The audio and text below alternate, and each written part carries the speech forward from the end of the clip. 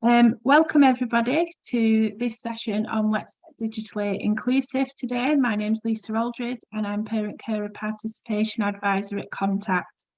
We have with us today Sarah Lee from Contact and Heather. Sarah's going to be going through the slides and Heather's going to be monitoring the chat.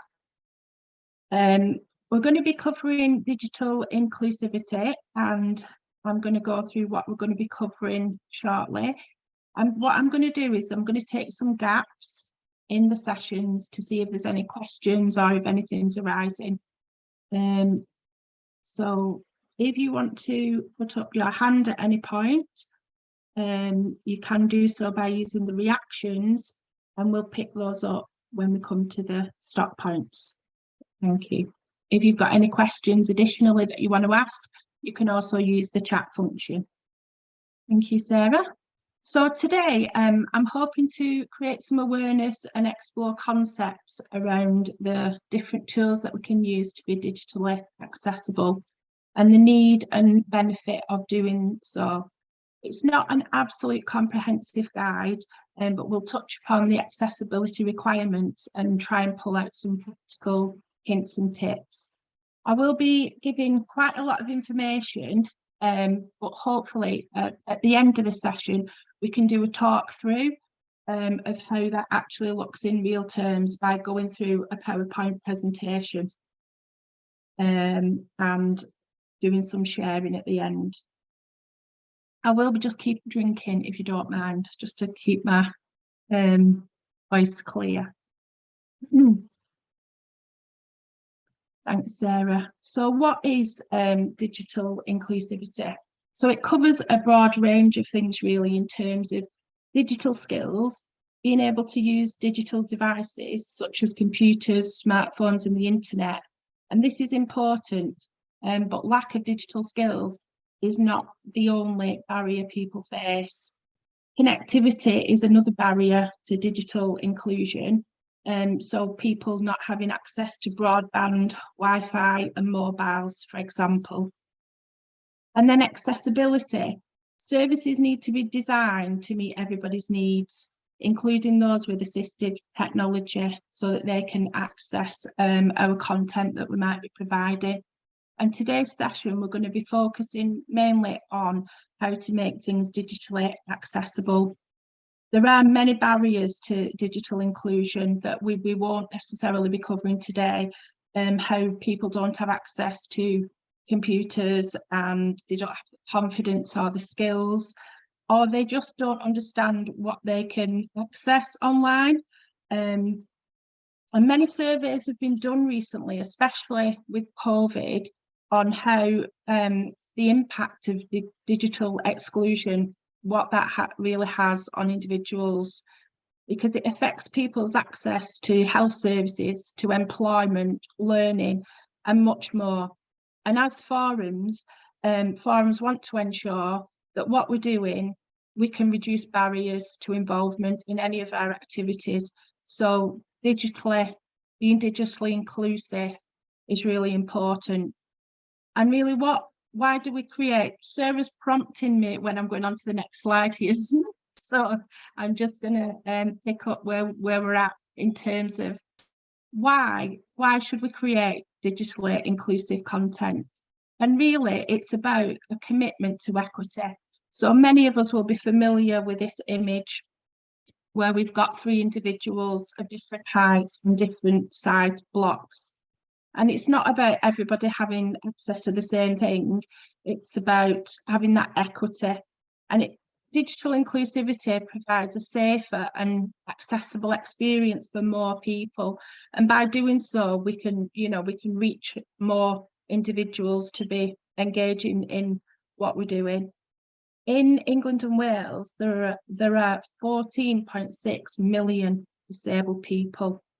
And as organisations working to improve services for children with disabilities, we know the importance of ensuring everyone can access our information. Somebody can't see the screen. I'm not sure if anybody can pick that up. Oh, sorry. So chat popping up on the side. Apologies. So 1 in 5, it is said, 1 in 5 experience some kind of disability. And that's quite a lot of people who might have barriers to accessing the content that we might provide.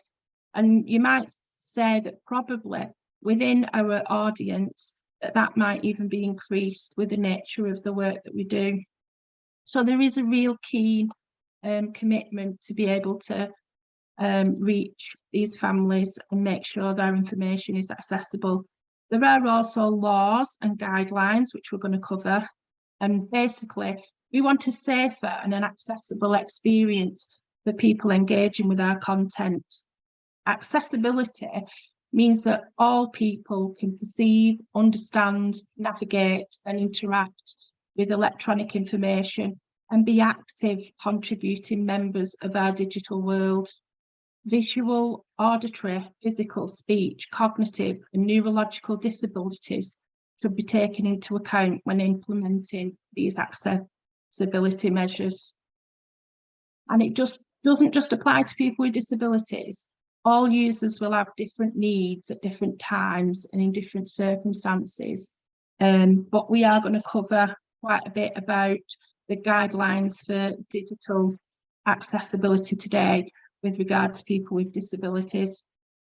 So within digital accessibility, something that we need to think about is the Web Content Accessibility Guidelines, which is a mouthful, and apparently is often pronounced WCAG, which seems quite a strange thing to have to keep saying today. So I might just refer to it as guidelines.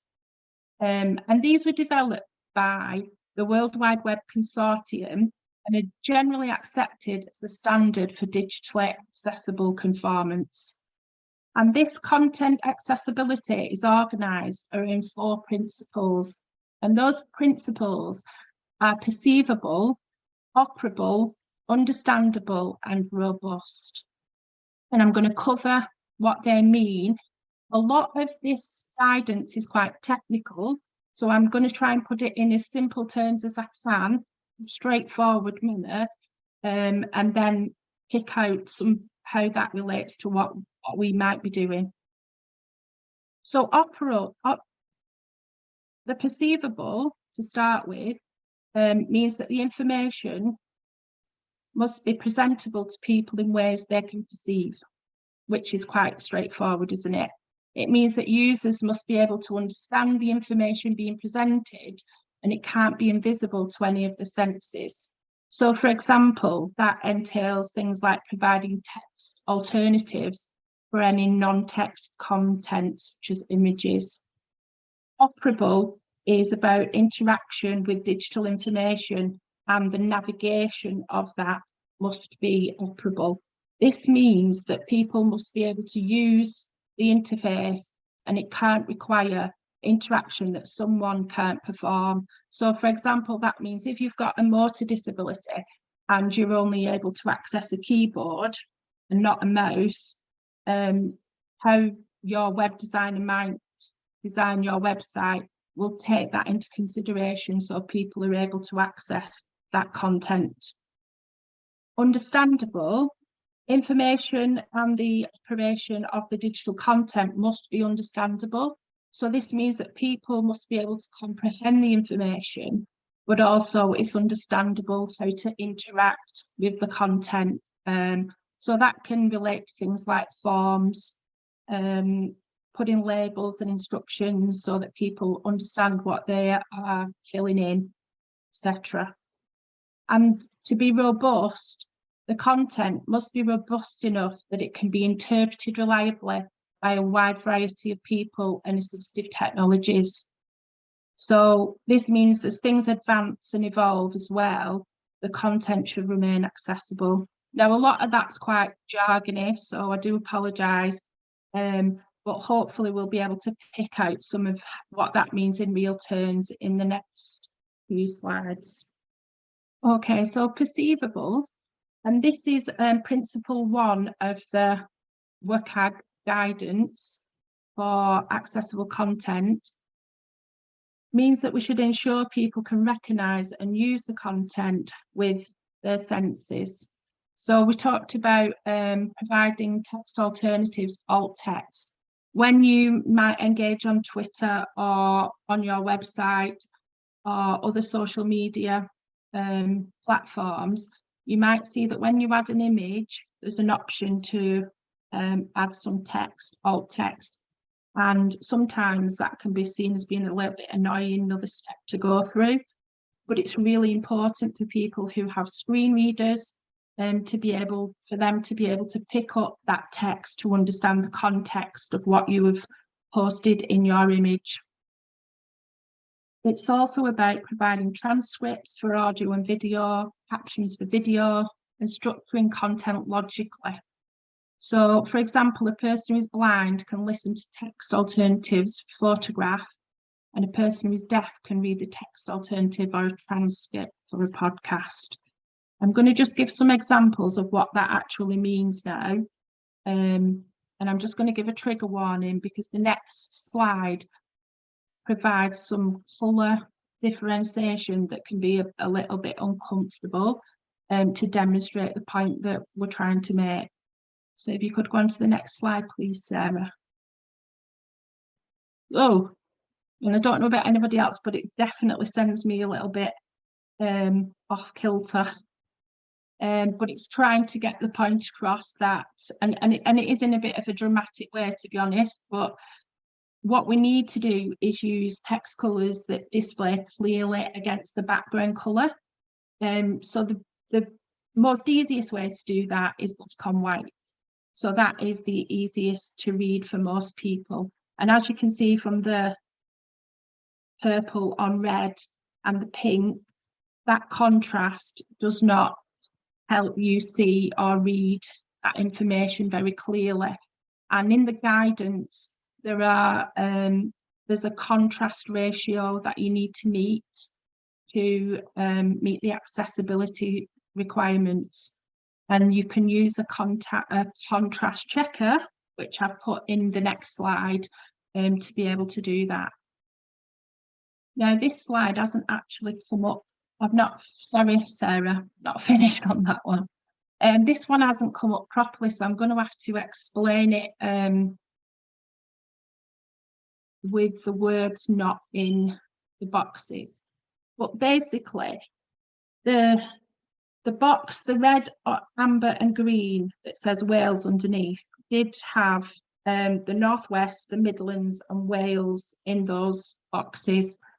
And basically, say I was trying to explain that Wales was doing really well, the East Midlands was doing okay, and the Northwest were doing terrible by putting them in these coloured boxes in some particular area, that wouldn't be enough. We would need to explain somehow that red means they are not doing very well. Amber means because we can't rely on colour alone to distinguish something. And also, so proper colour contrast, which we was talking about earlier, between the text and its background can help alleviate any visual challenges that people have. And being able to explain what the different colours mean is also quite important. The last point about using images of text, if you say get an image off Google that says anything with text in it, but it's part of the image, that won't display on it won't be picked up by somebody's text reader. So we'll look at that later on when we go to look at the PowerPoint display. So a couple of quick points that come from that part of the principles about font size. So in terms of the website, you should be able to enlarge or diminish the text size. So people who need to have the text size larger are able to do that themselves. But where we might be making a leaflet or our website or PowerPoint or any kind of information that we're putting out there, any document, it's good to try and use an accessible font and at least a size 16 is generally recommended. In terms of accessible fonts, you can basically Google what is an accessible font depending on what platform you're using, and it will usually tell you and give you information what is the most commonly accessible font. Usually, I think this one's like a sans font, if anybody knows anything about fonts.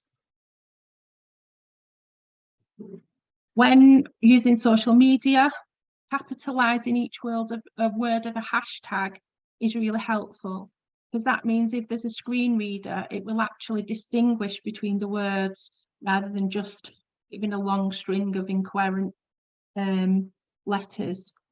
So that's a quick thing that you can do to make sure that that's accessible. Videos should have subtitles or captions wherever possible. And a recent study found 85% of Facebook videos are watched without sound. So captions don't actually not just help those with auditory impairments, but they do benefit everyone. And that's the same for most things in terms of accessibility. They help reach a wider audience. Do we want to take a little bit of a minute to check if there's any questions or anything burning anybody wants to ask? Nope. And the next slide is some links to some free tools. So when it comes to transcription, so you might be thinking about YouTube, Facebook, presentations. There's some links there that can take you to free transcription tools. And on Teams, they have a live transcription offer there that you can, there's some information that can show you how that works. And the contrast checker is really useful because you can put in the colours that you're going to use and it will tell you the ratio of whether you meet the kind of criteria for the guidance of what's accessible. So that's quite handy to use.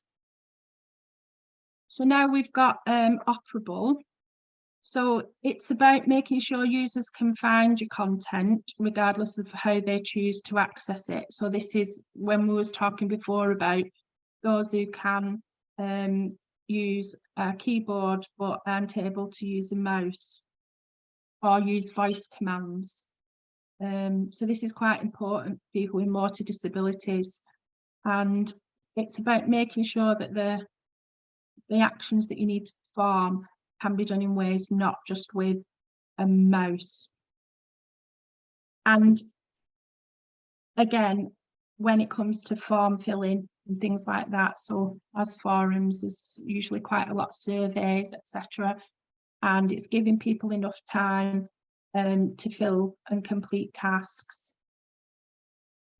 Some of the information suggests that says you need to do things like let people play, pause and stop any moving content, or disable animations, provide a skip to content link or something like that, describe titles for pages and frames, and use descriptive links so people know where the links will take them. So rather than just having click here, this will take you to, for example. We're going to talk a bit more about the flashes and flickers in the next slide. So we can just move on to the next slide, please. So flashing lights can induce seizures for people with epilepsy, and avoiding them reduces the chance of a medical emergency. They can also cause pain or discomfort for people who are sensitive to light, or be distracting to people with ADHD, autism, etc. This includes sirens, strobes, lights, and other visual flashing effects.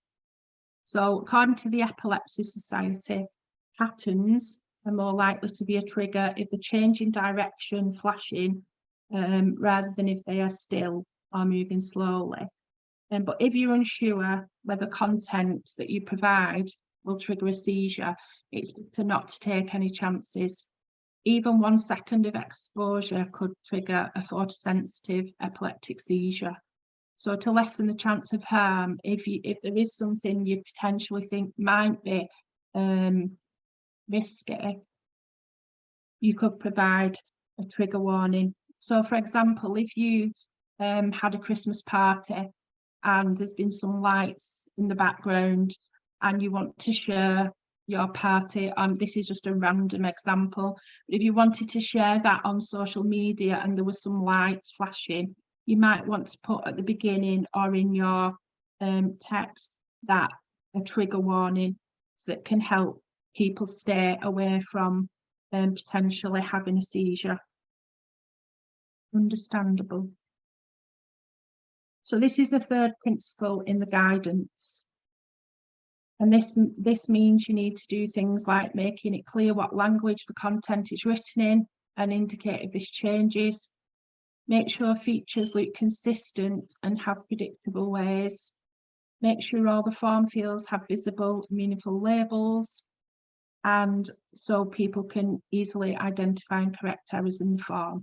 So when it comes to form filling, there's some guidance on the government website, which I've put in the next slide, might be quite useful if you're doing any surveys or any forms that need filling in. So membership forms, form filling, such as there's some really good advice on the government design system website how you can make that accessible.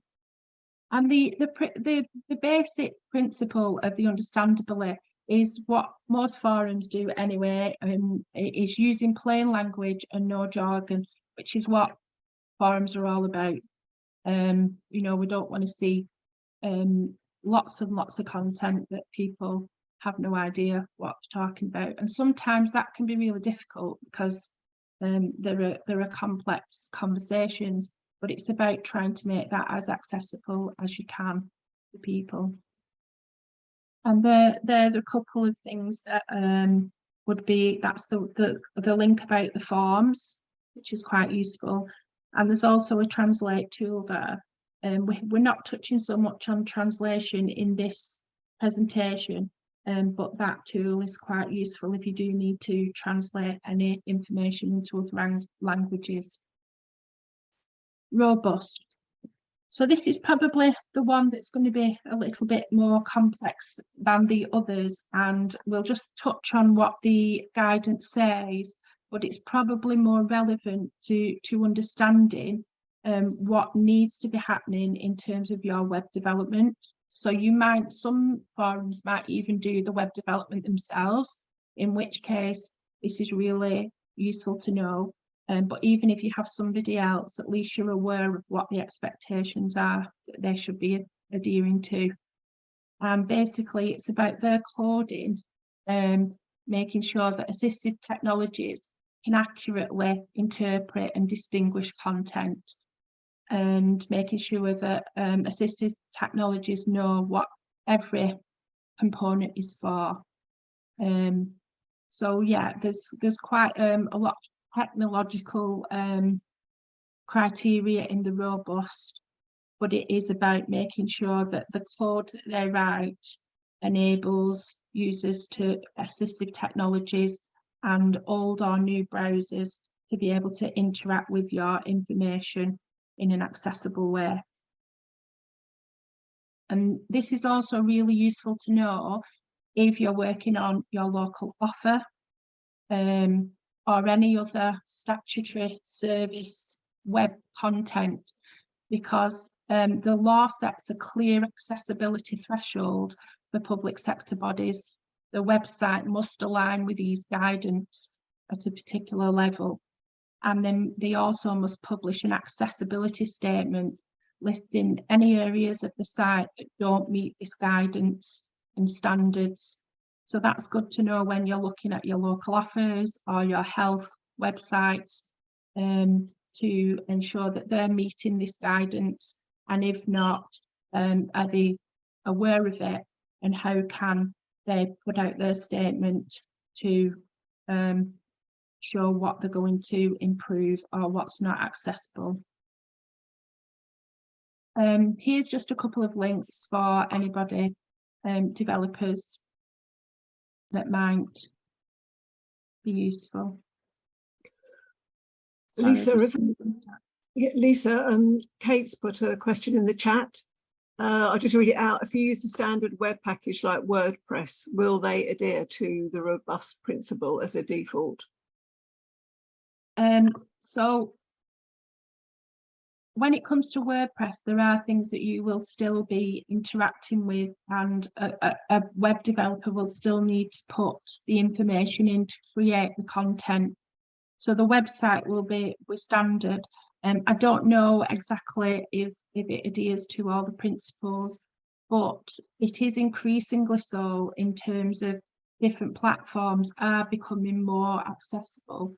So, for example, TikTok has started to put opportunities for those who might have a seizure to skip certain content if when trigger warnings come up. So I don't think you can rely entirely on a platform to be able to deliver these principles. It's about the content that you're delivering and the coding that you put into them as well. Does that answer the question? Yeah, I think it does. There's just another question from Claire about who's working with the LA on the local offer website, and she's asked, is there somewhere in this document to share with them? I think, sorry, Claire, to put words in your mouth, I think it's about whether or not we could share at our presentation and these points you're making with the local authority. I think at the end of the slide, we do have some links that probably would be easy to just share with your local authority that do go through the guidance and the legal responsibilities, if that's helpful. Yeah, Claire said yes. Well, okay. Super, thank you. So what I'd like to do now is, so I've just done a lot of talking at you, and this video really succinctly talks through the principles that I have just mentioned with visuals. So I think it'll be really helpful to it's only 4 minutes long, just to watch the video to really grasp what those principles entail. Digital technology has created amazing opportunities for communicating, sharing information, and banking and shopping. But users of your digital technologies have different needs. Keep this variety in mind, otherwise millions of people will find it hard or impossible to use your content, people you want to reach. Accessibility is important to at least 60% of your audience, and getting it right means you'll build something that is better for everyone, so it's good for business. Digital accessibility is also a regulatory requirement. There have been legal cases launched against websites that exclude users who may be colourblind or have impaired use of arms or hands, cognitive differences, or visual or hearing impairments. It's best to think about accessibility from the start of a project. Here are some tips. If you're commissioning an app, software or website, make accessibility part of the contract. Refer to the Web Content Accessibility Guidelines version 2, WCAG 2.0, and British Standard 8878. Ideally, include disabled users in your testing. If you're using an online platform to create your website, use accessible themes and plugins, and keep the following in mind. Design pages so that users may customise their experience of them, changing colours, the size of text or buttons. Use responsive layouts that will work on different devices. Always let users know where they are and how they get to somewhere else. Create alternative routes to suit different requirements, like a skip to main content link. Make sure that every action that can be performed using a mouse can be achieved using the keyboard alone. Keyboard-only users need to see where they are at all times when they navigate using the tab key, and tabbing should follow a logical order. Test how easy it is to navigate using only the tab, enter, space, and arrow keys. Ever get frustrated by moving objects? Adverts popping up? It isn't just annoying. Flashing content can cause seizures, while some people with cognitive impairments find it really hard to concentrate if there are distractions. Give the user control. Provide a pause button and don't set audio or video to play automatically. Choose a video player that allows you to add captions and provide a text transcript to make audio and video content accessible. Include descriptions of any important visual information as well as speech. If an image is important, contains text or is a link, explain this with alternative text that screen reader software can read out to users with visual impairments. Is your text in easy to understand language? Use short, simple sentences to aid readability and engage a wider audience. Give each page a title and organise the text using headings, paragraphs and lists. Add markup to enable easier navigation and explain features to people who can't see them. This applies to documents in Word or PDFs as well as web pages. Make sure that links stand out clearly from surrounding text and let users know if the link will open in a new window or download a document. Links need to be concise and descriptive so that if they're read on their own, people will still know where they go. Test text and background colour combinations and contrast online to ensure text can be easily read by people who are colourblind or have impaired vision. If your web page times out before people are able to complete forms, this can be a very frustrating experience. Give visitors time to extend their session if they wish.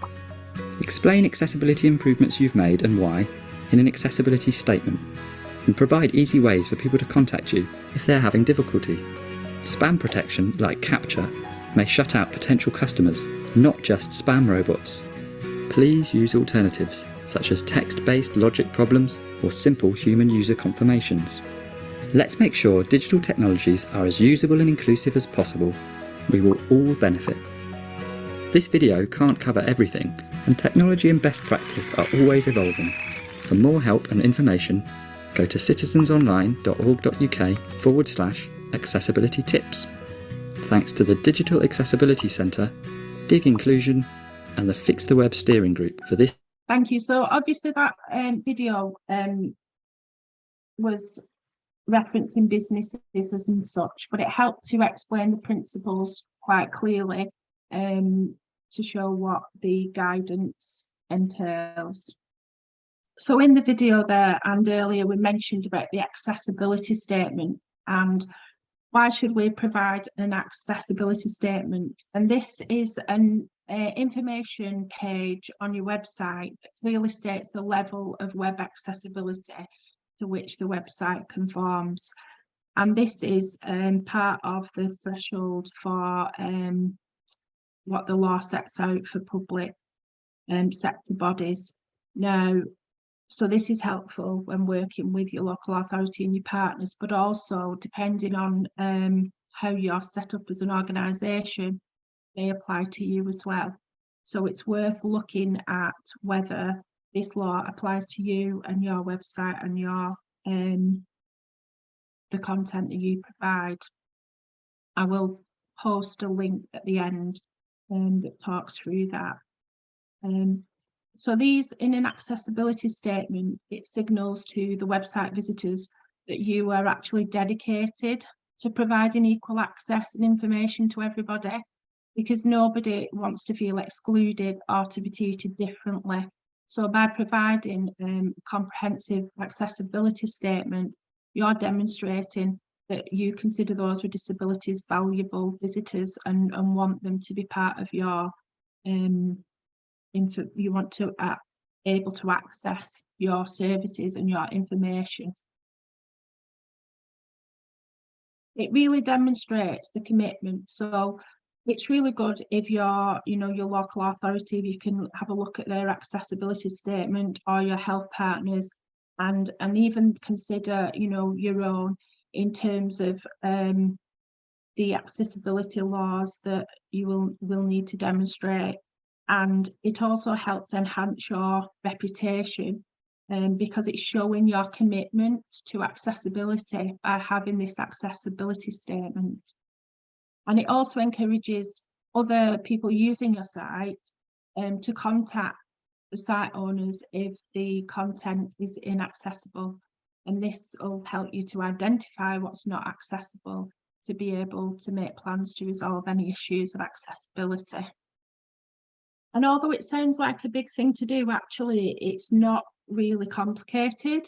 What it needs to cover is the level of web accessibility you currently have, a description of the additional tools that might be available to access the information you have, any known limitations of the website, and contact information for reporting any difficulties, and what you plan to do about developing your accessibility on your site.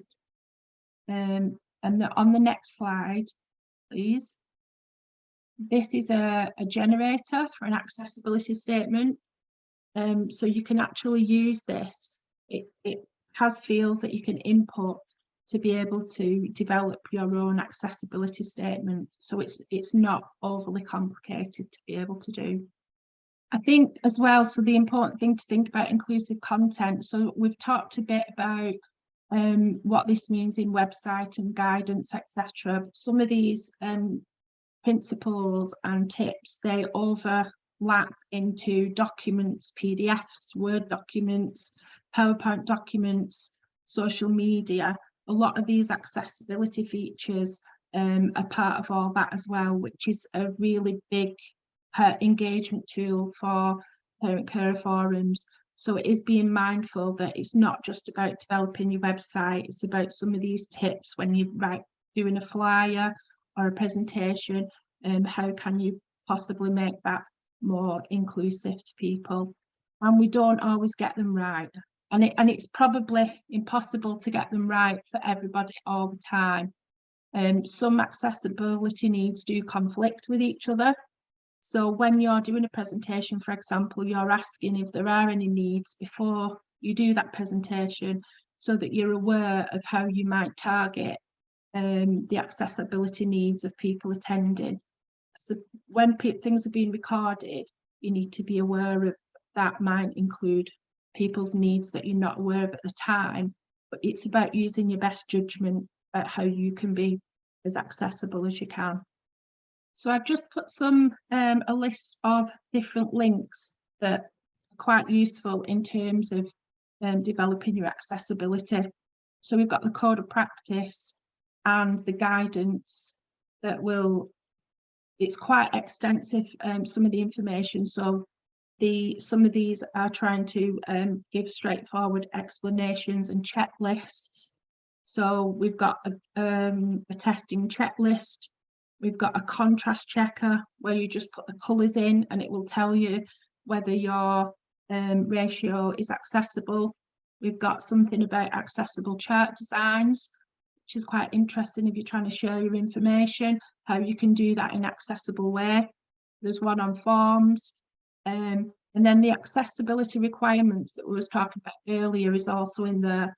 The government has a link there to explain the requirements for public sector websites, and also to look at that for yourself to see whether some forums might find that applies to them.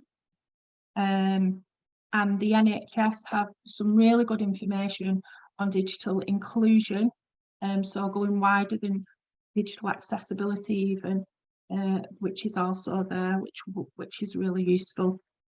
So what I'm hoping to do now, Sarah, if you wouldn't mind stopping sharing.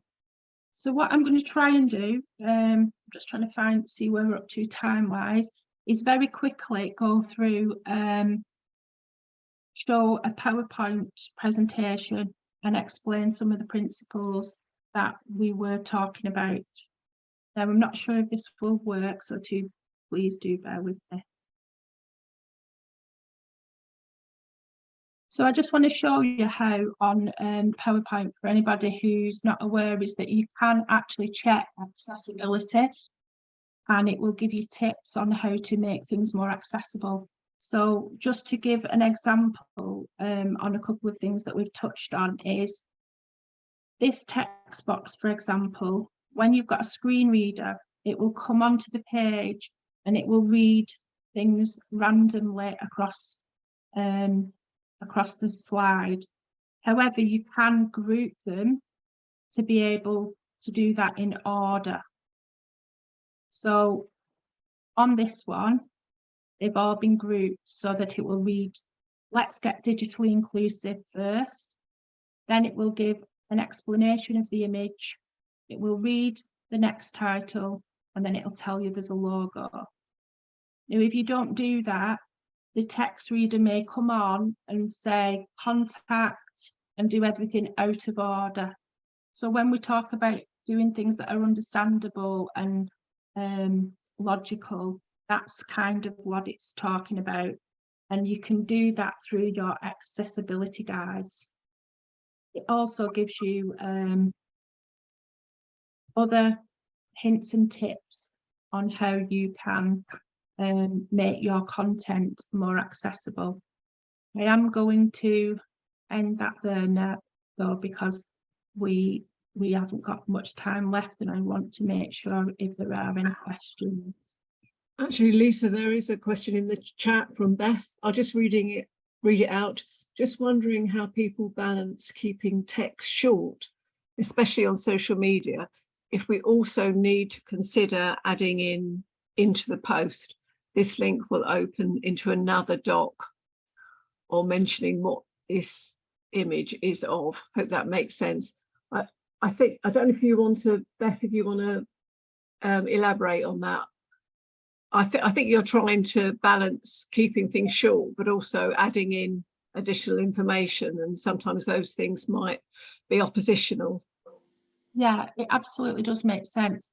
On Twitter, that is much easier because they do provide an alt text box, so it's not part of your post. So you can keep to the character limit within your post, and the alt text is actually a separate thing entirely.